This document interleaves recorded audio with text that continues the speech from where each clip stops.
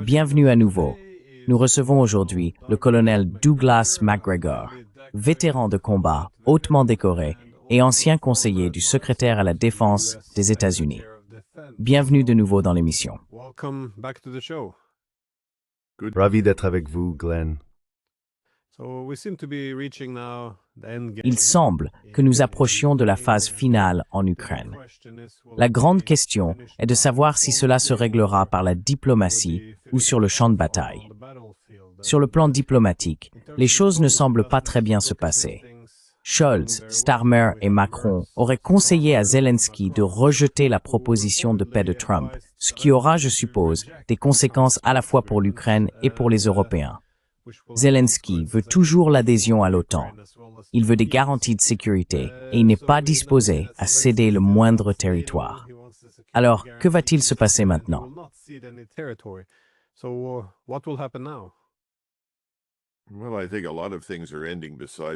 Eh bien, je pense que beaucoup de choses sont en train de se terminer, en plus de la guerre en Ukraine. Je pense que l'OTAN atteint son apogée, sa date de péremption, si l'on veut dire les choses ainsi. Je pense que l'Union européenne est en train de s'effondrer. Je pense que les gouvernements de Berlin, Paris et Londres sont extrêmement fragiles. Leurs taux d'approbation sont en baisse. Certains disent qu'ils sont dans les hauts chiffres de l'adolescence, d'autres autour de 30% ou moins. Et en ce qui concerne le champ de bataille, du moins d'après les rapports que je vois, il semblerait qu'un grand nombre de soldats ukrainiens n'aient porté l'uniforme que depuis au maximum une semaine. Ils n'ont pratiquement reçu aucune formation et ont été envoyés au front, apparemment, pour être tués.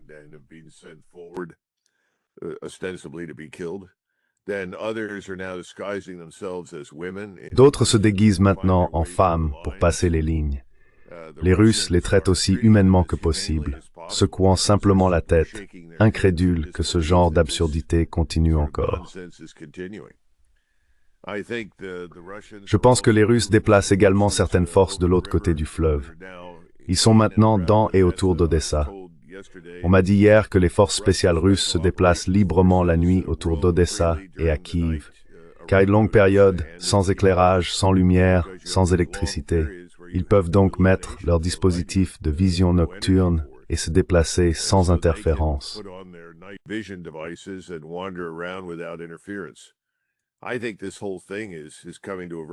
Je pense que toute cette affaire se dirige vers une fin très tragique, mais prévisible. Je crois que les Russes s'inquiètent désormais de ce qui va se passer à mesure que tout s'effondre. Ils ne peuvent pas forcer les Européens à faire grand-chose, mais je pense que les Européens sont naïfs de croire qu'ils peuvent influencer le dénouement, à part accepter de s'asseoir et de discuter avec les Russes.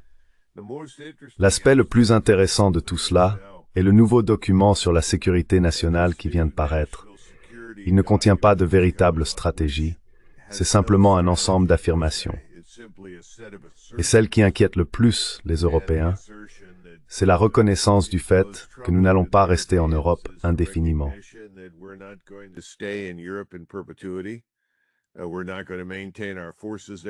Nous n'allons pas maintenir nos forces là-bas indéfiniment. Nous allons partir. La question est comment le faire? À quelle vitesse cela se produit-il? Et naturellement, ce que les Européens ne réalisent pas, c'est que bien qu'il soit crucial de réduire la tendance américaine à dépenser pour la défense, le Congrès à Washington veut ajouter encore plus d'argent à la défense, car cela remplit leurs poches. Leurs donateurs en profitent et certains de leurs électeurs conservent leurs emplois. C'est donc une situation étrange. Je ne vois pas vraiment d'autre orientation, si ce n'est que nous allons d'abord rapatrier nos forces d'Europe.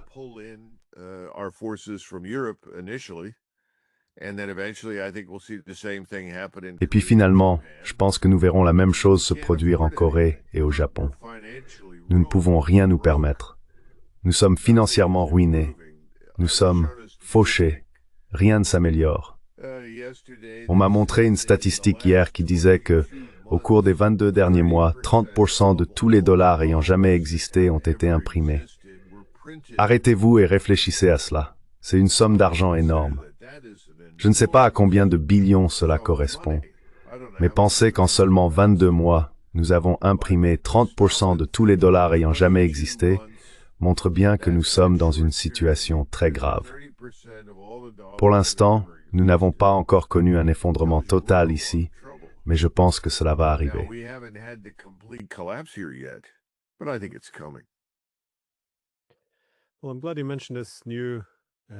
Eh bien, je suis content que vous ayez mentionné cette nouvelle stratégie de sécurité nationale, car il est très difficile de prévoir ce que Trump va faire. Il a tendance à changer souvent d'avis sur la manière dont il veut mettre fin à la guerre en Ukraine. Mais avec cette nouvelle stratégie de sécurité, il semble que nous ayons enfin quelque chose de concret sur le papier concernant la façon dont Trump souhaite l'aborder. Alors, que vous dit cette nouvelle stratégie de sécurité sur la manière dont les États-Unis sont susceptibles de gérer la guerre en Ukraine? Je veux dire, elle l'aborde directement, mais je suppose que je vous interroge plutôt sur les idées plus larges présentées dans le document. Je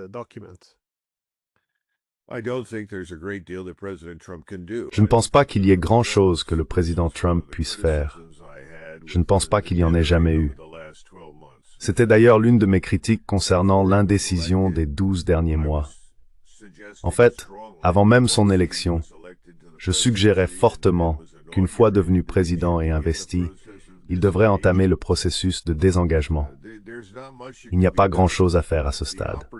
L'occasion pour Washington, en tête de l'OTAN, de prendre une autre direction a été perdue en 2022, lorsque la première opportunité s'est présentée sous la forme d'un accord conclu en Turquie, à Istanbul. Celui-ci a été rejeté d'emblée.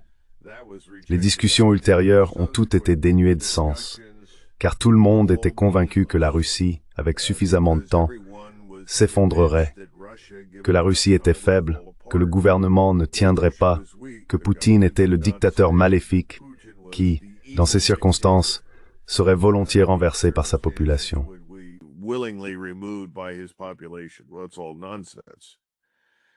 Eh bien, tout cela n'est que du non-sens. Mais nous sommes restés accrochés à ce mantra. Même après que Trump a commencé à se calmer à l'approche de son élection, une fois en fonction, il s'est mis à répéter tous les mensonges qui étaient devenus la norme au sein de l'OTAN et dans tout l'Occident, et qui étaient relayés par les médias. Les affirmations scandaleuses sur les lourdes pertes russes, oui, les Russes subissaient des pertes, mais ce n'étaient pas les plus lourdes. Les pertes les plus importantes étaient du côté ukrainien. Je veux dire, vous venez d'avoir un débat et d'aborder certains de ces sujets avec ce Britannique. Enfin, je crois qu'il était amiral.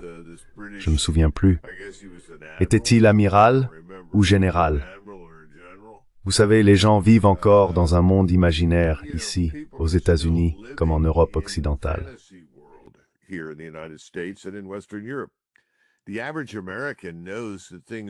L'Américain moyen sait que les choses ne vont pas bien sur le plan économique. Mais, vous savez, c'est comme un marteau-pilon qui fonce sur vous. Tant qu'il vous a pas frappé à la tête, vous ne comprenez pas vraiment ce que cela signifie. Je pense que c'est un peu là où nous en sommes avec tout, en ce moment, en Occident. Nous sommes dans une sorte de torpeur, comme on dit, une zone crépusculaire entre la réalité et la fantaisie. La réalité arrive, on peut la voir. C'est comme regarder un train qui descend la voie, une locomotive qui fonce droit sur vous. Mais tant qu'elle n'est pas arrivée en gare, vous restez méfiant, sceptique. Non, elle n'arrive pas vraiment. Mais si, elle arrive. Donc, je ne pense pas qu'il s'agisse d'un document stratégique. Il n'y a pas de stratégie. Avoir une stratégie signifie qu'il existe un cadre cohérent, des repères.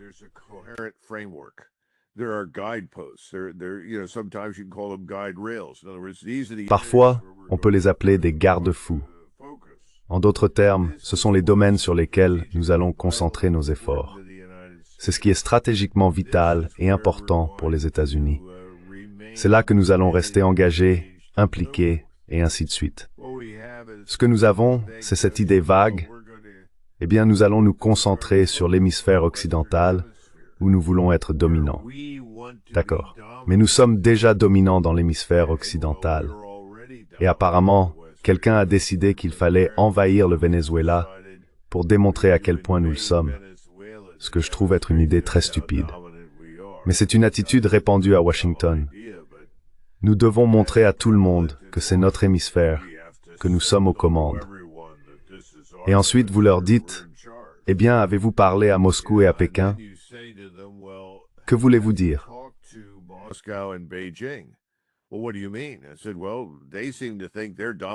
J'ai dit, « Eh bien, ils semblent penser qu'ils sont dominants en Asie et dominants en Eurasie et en Europe. » Leur as-tu parlé de leurs intérêts? Non. Tout se fait ici à Washington, en vase clos, sans lien avec ce qui se passe ailleurs.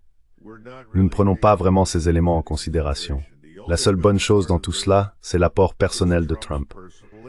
Alors, quel est l'apport personnel de Donald Trump? Tout d'abord, nous ne payons plus pour l'OTAN. Il s'y oppose depuis des années. Donc l'OTAN va devoir se débrouiller seul. Très bien, merci. Maintenant, comment allons-nous faire cela? C'est absent. Il n'y a aucune discussion sur la manière de mettre en place un processus pour européaniser l'OTAN. Eh bien, c'est probablement sans importance, car je ne pense pas que l'Europe conservera l'OTAN. Il y a eu un moment, dans les années 1990, où l'on aurait pu envisager une européanisation.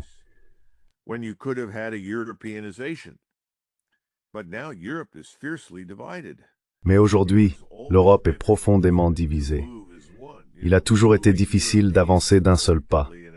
Vous savez, faire bouger les Européens collectivement dans une direction, un peu comme essayer de rassembler des chats, cela n'arrivera pas.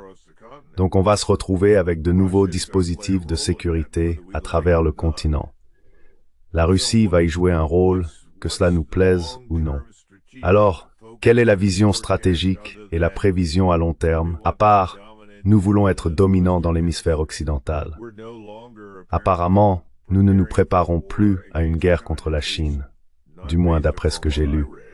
Et nous ne voulons plus vraiment faire la guerre à la Russie. Mais d'après le genre d'affirmation que j'ai lu dans le document, ce n'est pas une stratégie, Glenn. C'est juste une expression de préférence.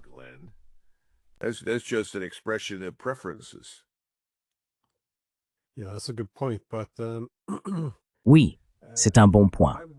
Mais ce qui est déroutant dans la stratégie de sécurité, c'est que Trump s'en prend très durement aux dirigeants européens, comme tu l'as mentionné, en les accusant de refuser de mettre fin à la guerre en Ukraine, ce qui est aussi compréhensible. Ils sont devenus les principaux fauteurs de blocage. Cela dit, si Trump voulait vraiment mettre fin à cette guerre par procuration, il disposerait de nombreux moyens, comme tu l'as suggéré. Les États-Unis ont toutes les informations de renseignement en Ukraine. Ils vendent les armes. Ils en fournissent même.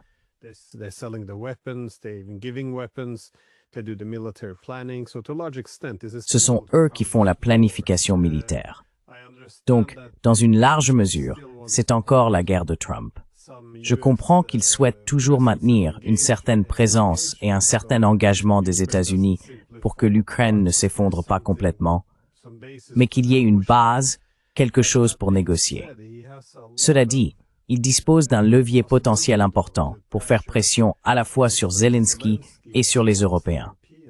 Comment interprétez-vous cela, sachant que la guerre continue et qu'il rejette la faute sur les autres? Est-ce simplement une question de récit ou comment le voyez-vous?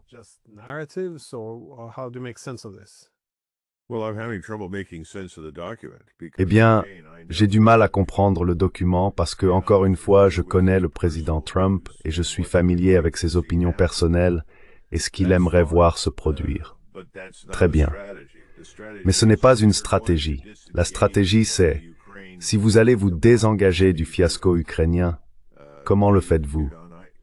Il a toujours considéré, du moins dans son esprit, qu'il est au centre de l'univers, qu'il est le dirigeant de la plus grande et de la plus puissante force sur Terre. D'accord, ça sonne bien, c'est pas vrai, mais c'est ce que les gens croient. Alors, que faites-vous? Vous convoquez tous les dirigeants des États vassaux européens à la Maison-Blanche.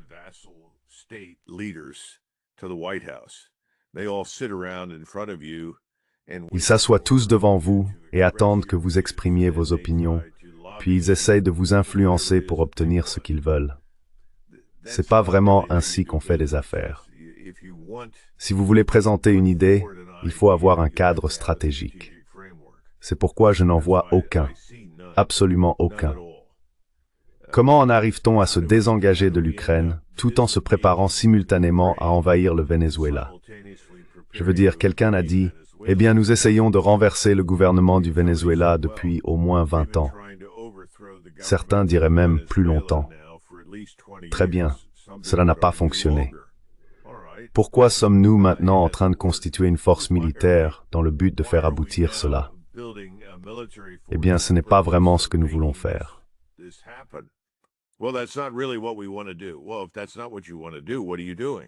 Eh bien, si ce n'est pas ce que vous voulez faire, que faites-vous? Essayez-vous d'obtenir des concessions? Essayez-vous d'évincer les investissements chinois et russes du pays? Et qu'offrez-vous si cela est fait? Quel est le plan? Glenn, je ne vois aucun plan. Je ne vois aucune stratégie. Et je pense que les Européens ont raison d'être frustrés par cela. Mais gardez à l'esprit qu'ils n'ont pas été d'une grande aide. Tout comme ils ont adopté la position selon laquelle il faut se battre jusqu'au dernier Ukrainien, défendre chaque centimètre de terrain, tout rendre à l'Ukraine, ils ont fait comme si cette construction qu'est l'Ukraine avait toujours été bien plus qu'elle ne l'était. L'Ukraine n'a jamais été un État-nation.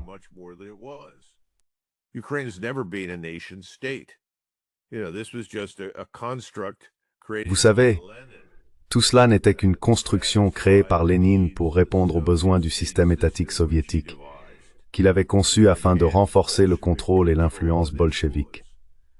Cela ne veut pas dire qu'il n'y avait pas d'Ukrainiens. Cela ne veut pas dire qu'il n'y en a pas aujourd'hui. Mais le fait est que personne ne s'est vraiment assis pour examiner la question objectivement et se demander comment régler cela, comment en sortir, comment éviter de futurs conflits. C'est comme si tout le monde voulait un conflit perpétuel, et je pense qu'on peut en faire l'argument. La classe dirigeante mondialiste en Europe veut un conflit avec la Russie. Maintenant, Trump a dit qu'il ne le voulait pas. Mais en même temps, il a un congrès acheté et payé par d'autres intérêts.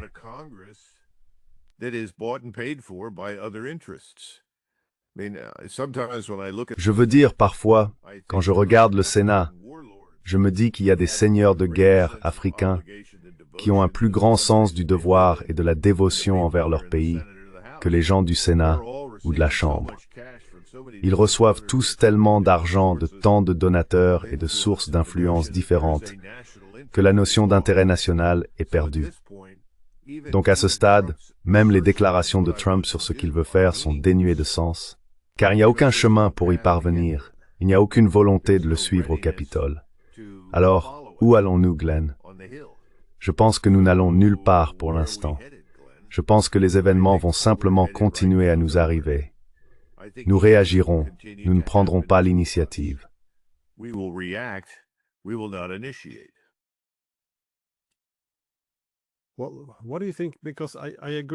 Eh bien, qu'en penses-tu? Parce que je suis d'accord, pourtant. Il y a cette interview intéressante où Orban est assis à côté de Trump et il fait remarquer que les Européens étaient au départ très prudents à l'idée d'entrer en guerre, ou du moins dans une guerre indirecte, devenue maintenant plus directe, contre la Russie. Mais il a dit que Biden les avait tous excités et prêts à enfin briser la Russie. Maintenant, bien sûr, les Européens sont tellement engagés qu'il n'y a plus de marche arrière. Ils continuent, même si les Américains se retirent. Mais cela soulève la question, où tout cela mène-t-il l'Europe? Penses-tu que l'Europe pourrait se diriger vers un effondrement? Se prépare-t-il à une véritable guerre avec la Russie, ou est-ce simplement de la posture?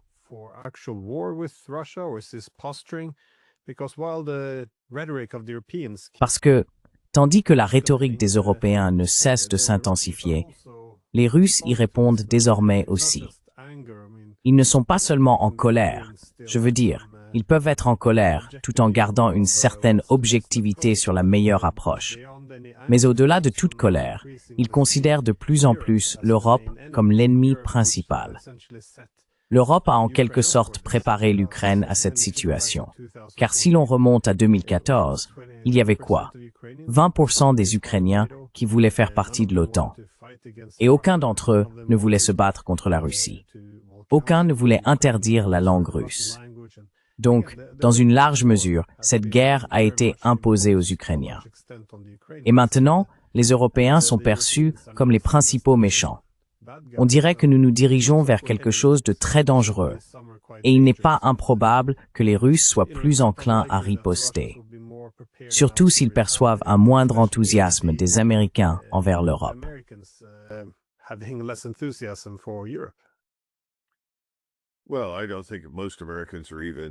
Eh bien, je ne pense pas que la plupart des Américains soient même vaguement liés à l'Europe d'un point de vue strictement sécuritaire. La plupart d'entre eux ne savent rien de l'OTAN. Beaucoup ignorent la répartition de nos forces armées à travers le monde. Je veux dire, ils savent qu'elles sont déployées quelque part, mais au-delà de ça, ils n'en savent pas grand-chose. La machine de guerre que nous avons construite est en grande partie devenue incontrôlable. Elle a continué à s'étendre et à croître sans réelle consultation du peuple américain. Et le peuple américain n'a pas été impliqué. Donc je pense qu'il y a deux aspects à cela.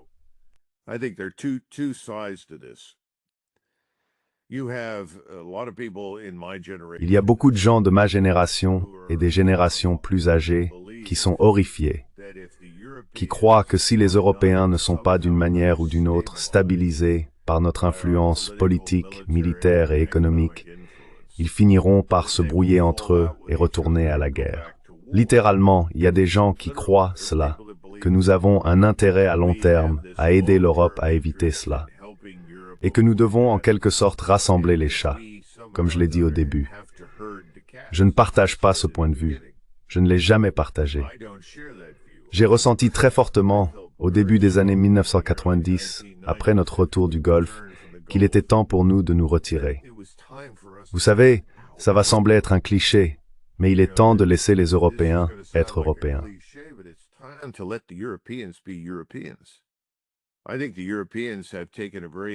Je pense que les Européens ont adopté une approche très malsaine, et cette approche a consisté à nous imiter, à reproduire notre folie de bien des manières. Je ne pense pas que la migration massive venue d'Afrique du Nord et du Moyen-Orient à partir de 2015 aurait eu lieu si nous n'avions pas été présents en Europe. Je pense que les Européens auraient défendu leurs frontières. Ils auraient défendu leur pays, leur culture, leur civilisation. Et c'est en partie ce que, selon moi, Donald Trump essayait de dire dans ce document sur la sécurité nationale. Nous nous sommes présentés comme le modèle pour tous les autres. Regardez-nous, nous sommes si chanceux, nous avons cette économie formidable.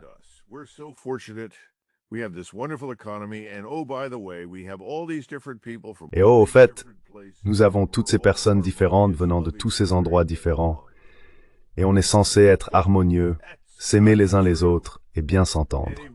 Ce n'est pas vrai. Quiconque passe un peu de temps aux États-Unis et connaît vraiment le pays, sait que nous sommes profondément divisés selon de nombreuses lignes, culturelles, raciales, ethniques, religieuses. Donc, l'idée que nous serions une sorte de paradis, où tout le monde laisserait magiquement son malheur et ses bagages à la porte, entrerait aux États-Unis et vivrait au paradis, est fausse. L'un des plus grands problèmes que nous ayons actuellement, c'est qu'il y a 52 millions de personnes aux États-Unis qui ne sont pas nées ici. Maintenant, pourquoi est-ce un problème?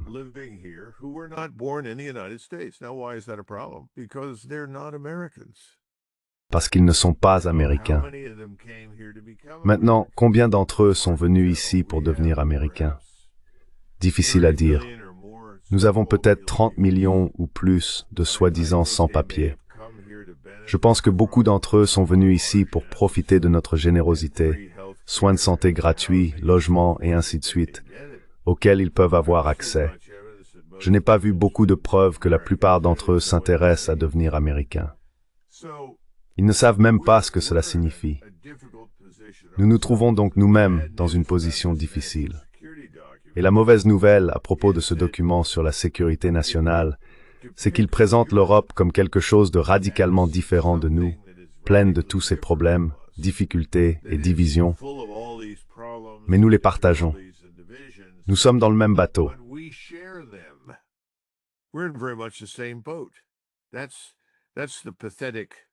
C'est là tout le pathétique de la situation. Tragiquement, nous sommes dans le même bateau. Et puis, Le deuxième aspect dont on ne parle jamais, c'est la catastrophe financière. Vous savez, la planche à billets nous a tués. Nous imprimons de la monnaie fiduciaire depuis 1973, presque sans interruption. Un problème? Impossible de le résoudre. L'industrie est en danger. Imprimons plus d'argent. Injectons plus de liquidités dans le système. Sauvons les banques. Continuons comme ça. C'est ce que nous avons fait en 2007 et 2008. Et à l'époque, tout le monde disait « Attendez une minute. Si nous n'autorisons pas les faillites, ce que Schumpeter, l'économiste autrichien, appelait la destruction créatrice, rien ne changera. » Eh bien, bon sang, Glenn, rien n'a changé. Nous avons simplement tout subventionné.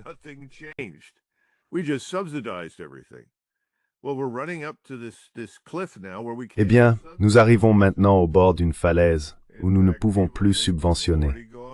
En fait, certaines personnes pensent que nous avons déjà franchi le bord. Mais je vois des signes que nous allons continuer à essayer, et cela se poursuivra jusqu'à ce que nous ne le puissions plus. Est-ce que cela signifie que la monnaie est dévaluée? Probablement.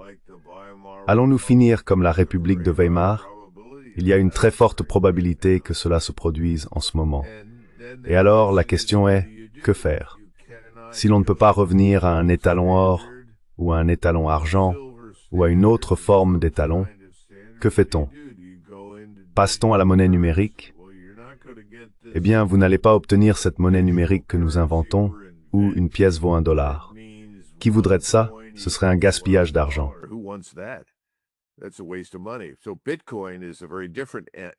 Donc le Bitcoin est une bête très différente qui va, je pense, devenir de plus en plus attrayante pour les gens.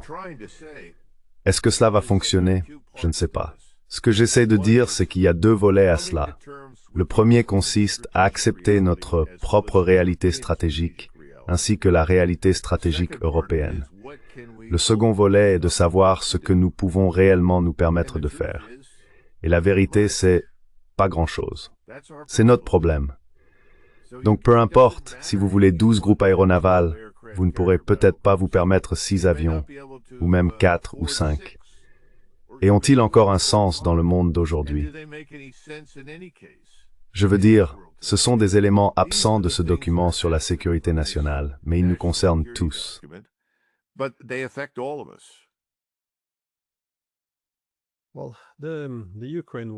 Eh bien, la guerre en Ukraine, en plus d'avoir pour objectif de vaincre la Russie, a également joué un rôle clé dans la relance du rôle de l'OTAN et dans le maintien des États-Unis en Europe.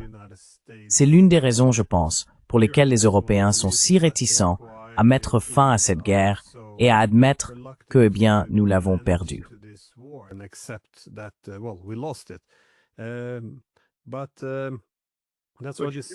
Mais nous faisons cela depuis les années 1990. Souvenez-vous, le mantra à Washington, D.C. était « soit l'OTAN agit hors de sa zone, soit elle est hors service ». En d'autres termes, il fallait courir partout pour trouver des missions à confier à nos alliés européens de l'OTAN qui servent les intérêts américains, sinon l'OTAN était finie. Il n'y avait aucune volonté de laisser l'OTAN disparaître. Les Européens, pas tous, mais un grand nombre, voulaient nous garder en Europe. Ils se sont donc essentiellement prostitués à nous pour que nous restions. En même temps, tout à Washington est hypothéqué à la vanité. Avons-nous besoin d'être en Europe? En 1995, peu importait que nous ayons besoin d'y être ou non, les gens voulaient rester. Ils voyaient cela comme une partie de la grande structure impériale mondiale apparue après la Seconde Guerre mondiale. Je ne sais pas comment résoudre ce problème, si ce n'est en soulignant que nous manquons d'argent. Nous n'en aurons plus les moyens. Nous ne pouvons pas nous le permettre.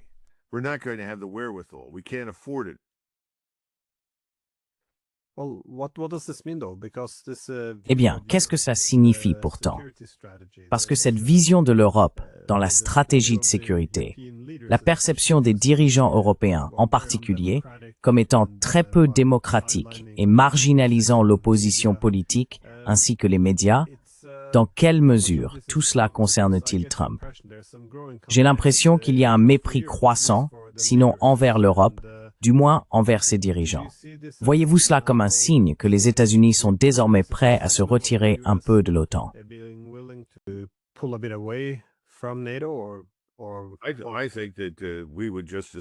Je pense que nous préférerions tout simplement dissoudre l'OTAN en tant que structure. Je crois que c'est quelque chose qui trotte dans la tête du président Trump depuis longtemps. Je veux dire, quelle est la raison de ressusciter l'OTAN? Vous avez entendu toutes ces petites remarques amusantes sur le fait de tenir les Soviétiques à l'écart, de maintenir les Allemands sous contrôle et tout ce genre de bêtises. Maintenant, n'ayant pas réussi à défendre cette position efficacement, il déclenche la guerre en Ukraine et essaye de dire « Oh, les Russes arrivent, les Russes arrivent, les Russes arrivent ». Eh bien, si vous ne l'avez pas encore compris, les Russes n'arrivent pas. Les Russes ne veulent pas venir.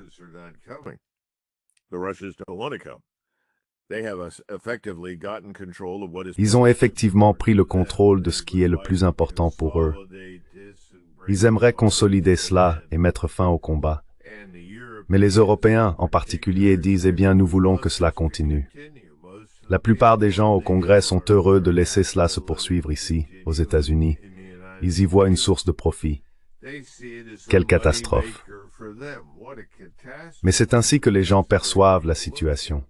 C'est pourquoi je disais qu'un seigneur de guerre africain se soucie davantage de son peuple que les gens de Washington ne se soucient de nous.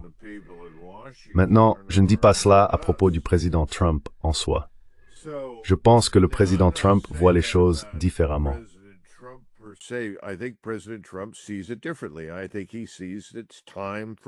Je pense qu'il estime qu'il est temps pour l'Europe de se tenir sur ses propres jambes.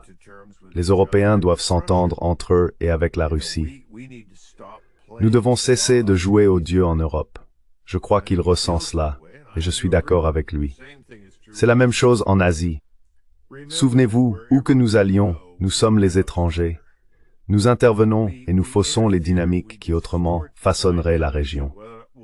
Notre première grande catastrophe a été d'intervenir dans la Première Guerre mondiale, et cela reposait uniquement sur des intérêts financiers. Les banquiers de Londres et de New York sont allés voir le président Wilson et lui ont dit « Écoutez, nous avons de gros ennuis. »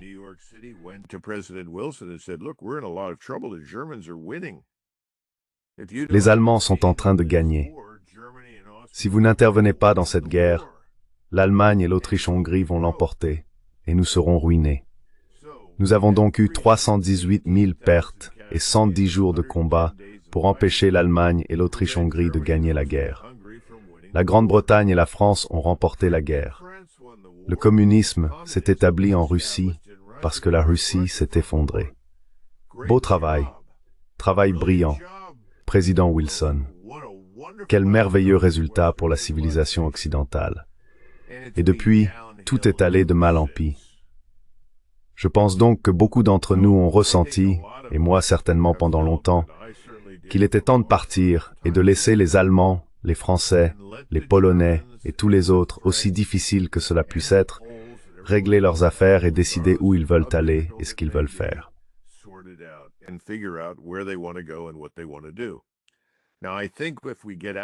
Je pense que si nous nous retirons et que nos troupes sont retirées, il y aura une bien plus grande probabilité de voir un grand bouleversement politique en Europe. Nous en parlions avant le début de l'émission. Tu disais, eh bien, les Européens ceci.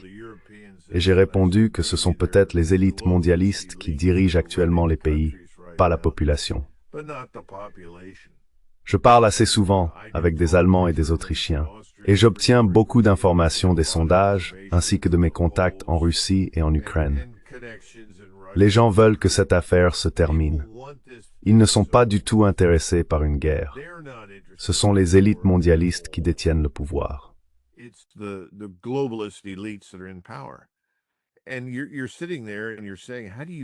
tu es là en train de dire, comment se débarrasser de ces gens?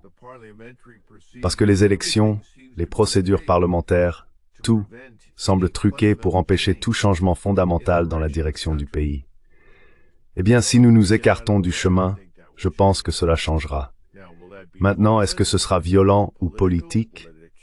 Est-ce que ça se fera par les urnes? Je ne sais pas, Glenn. Mais les Européens doivent reprendre le contrôle de leur gouvernement. Ils doivent se débarrasser des gens au sommet. S'ils ne le font pas, ils continueront à s'enfoncer dans cet abîme de pauvreté et de désespoir sur la route où ils se trouvent actuellement.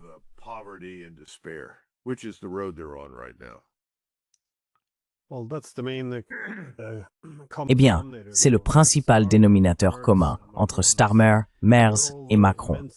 Ils sont tous immensément impopulaires. Ils ne se concentrent pas vraiment sur la politique intérieure et passent la plupart de leur temps obsédés par l'Ukraine et la défaite de la Russie. Ils n'ont donc bien sûr pas beaucoup de soutien parmi le public.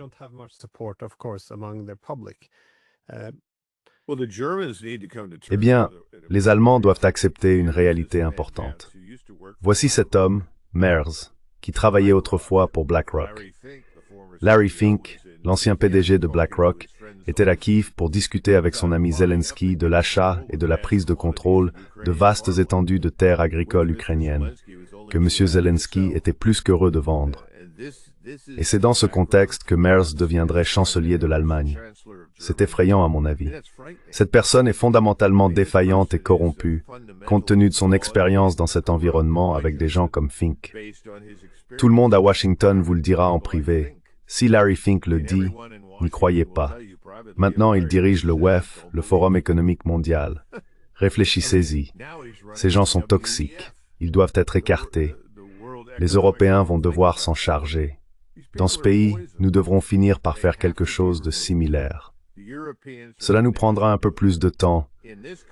Nous avons un peu de retard sur vous, mais nous faisons face au même genre de problème.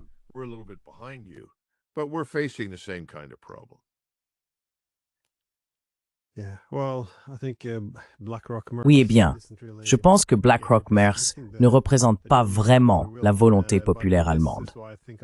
Mais c'est pour cela que je pense qu'une crise politique pourrait aussi bientôt éclater en Allemagne, un peu comme en France et au Royaume-Uni. Étant donné que tous les efforts diplomatiques de Trump semblent s'effondrer, qu'est-ce que cela signifie pour la guerre? Que pensez-vous qu'il va se passer dans les semaines, voire les mois à venir? Comme vous l'avez mentionné plus tôt, la situation n'est pas brillante sur le champ de bataille. Elle se détériore encore. Indépendamment de ce que fait Trump à ce stade, y a-t-il quelque chose qui puisse arrêter les avancées russes maintenant? J'essaye simplement de comprendre ce que les Européens prévoient réellement, car tout ce qu'ils disent, c'est « nous ne pouvons pas accepter ceci ou cela ». La Russie ne peut pas exiger la neutralité. Elle n'a pas de droit de regard sur l'OTAN. Ce n'est qu'une longue liste de vœux. Je ne vois ni argument, ni stratégie.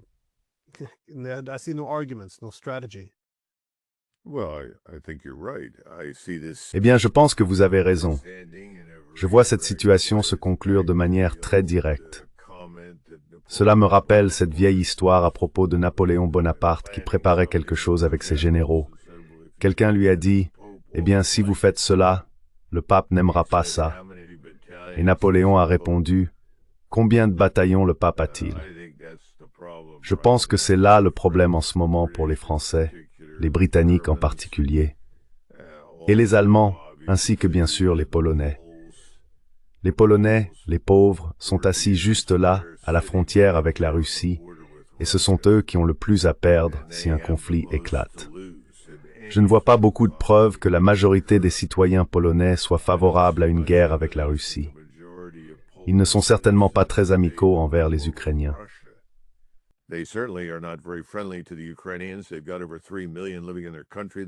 Ils ont plus de 3 millions de personnes vivant dans leur pays qu'ils aimeraient renvoyer.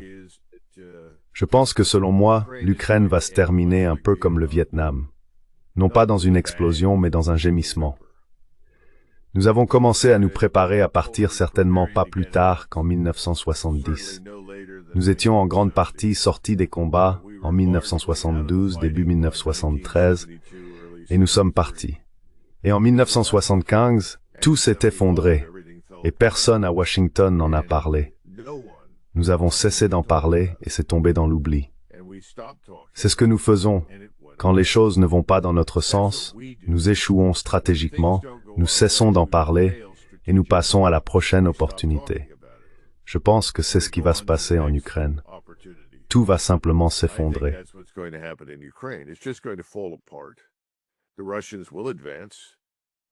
Les Russes vont avancer. Je pense qu'ils devront inévitablement entrer à Kiev d'une manière ou d'une autre. Ils iront certainement à Odessa. Ils ont maintenant davantage de concentration de forces dans le nord. Ils veulent en finir avec cette affaire. Mais ils savent qu'ils ne peuvent pas simplement se retirer. Ils aimeraient se retirer et revenir là où ils étaient, dans les zones qu'ils ont annexées, comme faisant partie de la Russie, mais ils savent que c'est pas possible. Ils vont donc continuer à avancer, lentement, délibérément, et attendre que les choses changent en Europe. Ils ont déjà vu ces changements se produire aux États-Unis. Donc ils ont changé ici. Nous ne voulons pas être en guerre avec la Russie. Nous l'avons déclaré catégoriquement.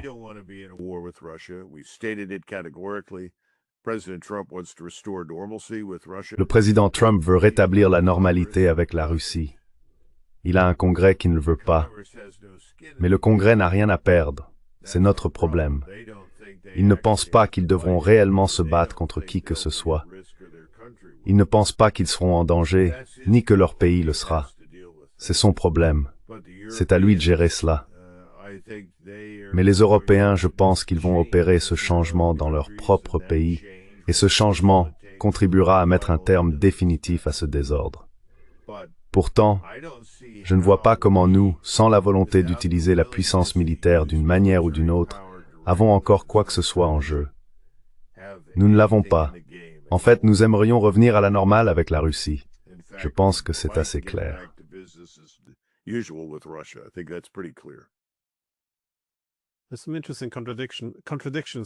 Il existe certaines contradictions intéressantes chez les Européens. D'un côté, ils insistent sur le fait qu'ils ne peuvent pas accepter que la Crimée soit revenue à la Russie, mais en même temps, ils reconnaissent qu'ils ne peuvent pas y faire grand-chose pour le moment, même s'ils pensent que peut-être à l'avenir cela pourrait être renversé. Parallèlement, ils exigent un accord de paix qui garantirait une paix permanente et durable. Mais si, dans cette soi-disant paix permanente, on laisse déjà entendre que l'on n'est pas satisfait du statu quo et qu'on suggère qu'il pourrait être modifié plus tard par la force militaire, on envoie en réalité à Moscou le signal qu'il ne s'agirait que d'un autre Minsk, un cessez-le-feu temporaire le temps de se reconstruire. Étant donné que les États-Unis semblent suivre une voie différente, qu'est-ce que ça signifie pour la fin de la guerre en Ukraine? Désolé. À la fin de la guerre en Ukraine, est-ce aussi, selon vous, la fin de l'OTAN?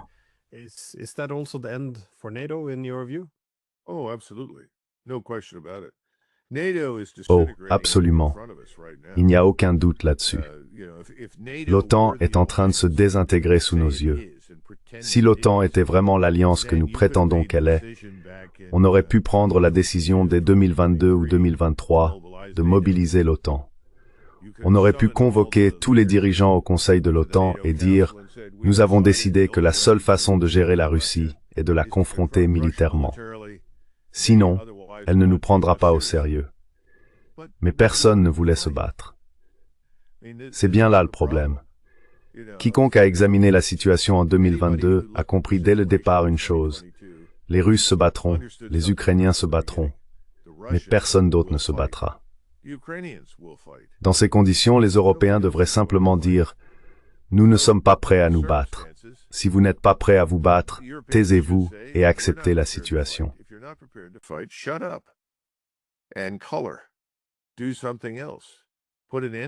Faites autre chose. Mettez-y un terme. Je pense qu'à la longue, cette logique finira par convaincre les Européens. Mais encore une fois, je considère notre présence, notre influence en Europe, comme essentiellement malveillante, car nous empêchons les Européens de tirer leurs propres conclusions. Chaque fois qu'un problème se présente, ils se tournent vers nous. Eh bien, qu'en dit Washington? Que êtes-vous prêt à dépenser? Quelle force allez-vous envoyer? Quelles conditions commerciales allez-vous nous accorder? Comment cela s'articule-t-il avec l'UQAMEV? On ne peut pas agir ainsi, tout en se préoccupant de ses propres intérêts stratégiques vitaux. Il faut donc partir. Le problème a toujours été comment le faire. Et ni nous ni les Européens n'avons pris de mesures pour que cela se produise. Il y a toujours eu une occasion de dire, eh bien, c'est le moment maintenant.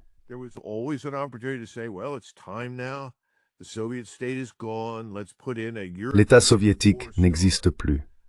Mettons un général européen 4 étoiles, en d'autres termes, un haut gradé européen, à la tête de l'alliance de l'OTAN. Eh bien, personne à Washington ne voulait de cela. Tout le monde voulait être aux commandes, et nous allions perdre des postes d'officiers généraux. Personne au Pentagone ne veut faire ça, ils veulent tout diriger. Et ensuite, ils restent là à se plaindre. Eh bien, les Européens ne dépensent pas assez. Mais si vous répondez, eh bien, nous allons partir, et ils devront s'en charger, personne ne veut de ça. C'est un jeu, c'est terminé, c'est fini. L'occasion de planifier cela de manière réfléchie et cohérente sur le plan stratégique est passée. Cela ne fonctionnera pas ainsi. Nous allons simplement partir. C'est ce qui arrive. Maintenant, je ne peux pas dire que ce sera la semaine prochaine, car nous allons avoir une confrontation ici.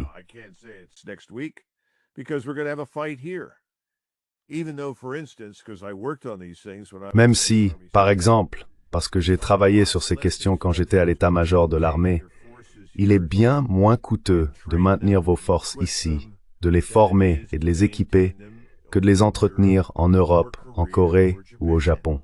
C'est vrai, c'est moins cher. Donc c'est en réalité un énorme soulagement financier si vous pouvez vous entraîner ici. Mais personne ne veut de ça. Tout le monde veut être partout, faire tout. Sinon, si vous ne le faites pas, vous perdez des frais généraux, vous perdez des états-majors, vous perdez des généraux, vous perdez des dépenses. Parce que si vous allez à Washington et que vous demandez aux sénateurs et aux membres du Congrès, « Quel est votre travail, Glenn ?» Vous savez ce qu'ils répondent. Notre travail, c'est de dépenser de l'argent. Alors si nous ne pouvons pas dépenser d'argent, que faisons-nous ici? C'est vrai, c'est ce qu'ils pensent. Eh bien, ils sont sûrs que dépenser. Ça arrive.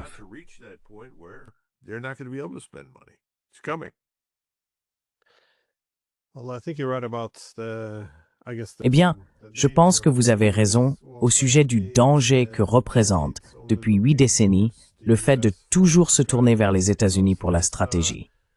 Car, lorsqu'on externalise la réflexion stratégique pendant aussi longtemps, il ne reste soudainement plus de réflexion stratégique du tout.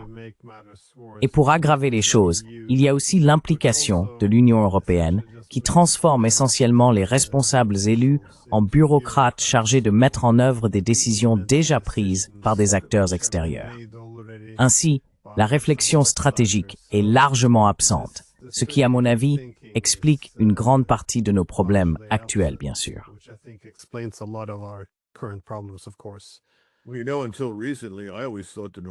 Eh bien, vous savez, jusqu'à récemment, j'ai toujours pensé que les Norvégiens étaient les gens les plus pondérés d'Europe, parce que je me souviens avoir posé une question à un général de brigade, il s'appelait Lundberg, à Mons. Il avait travaillé avec moi en Norvège, un grand gaillard avec un excellent sens de l'humour. Et nous avons entamé une discussion sur l'UEB, la zone euro et tout le reste. Je lui ai dit, eh bien, que pensent les gens de Bruxelles à Oslo? Il m'a répondu, eh bien, la vraie question c'est que pensent les habitants de Bergen des gens d'Oslo? Et j'ai dit, que voulez-vous dire? Il a répondu, personne à Bergen ne fait confiance au gouvernement d'Oslo. Pourquoi quelqu'un à Oslo ferait-il confiance à quelqu'un à Bruxelles?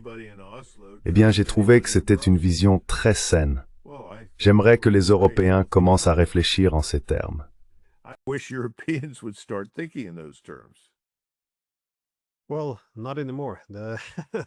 Eh bien, plus maintenant. Le bon sens a depuis longtemps disparu. Et maintenant que l'avenir avec les Américains est un peu incertain, les politiciens s'efforcent fortement de se rapprocher de l'UMFR. En gros, de monter à bord du navire en train de couler. La résistance du public est perçue comme un problème. On considère qu'il n'apprécie pas ou ne comprend pas les choses aussi bien que les politiciens, car le public vote avec ses émotions. Ainsi, même la question de savoir si cela devrait être décidé par référendum peut être remise en cause, car, encore une fois, ce sont les élites politiques qui savent ce qui est le mieux. Si vous décidez que la population est incapable de déterminer son propre avenir, vous êtes dans une situation très grave.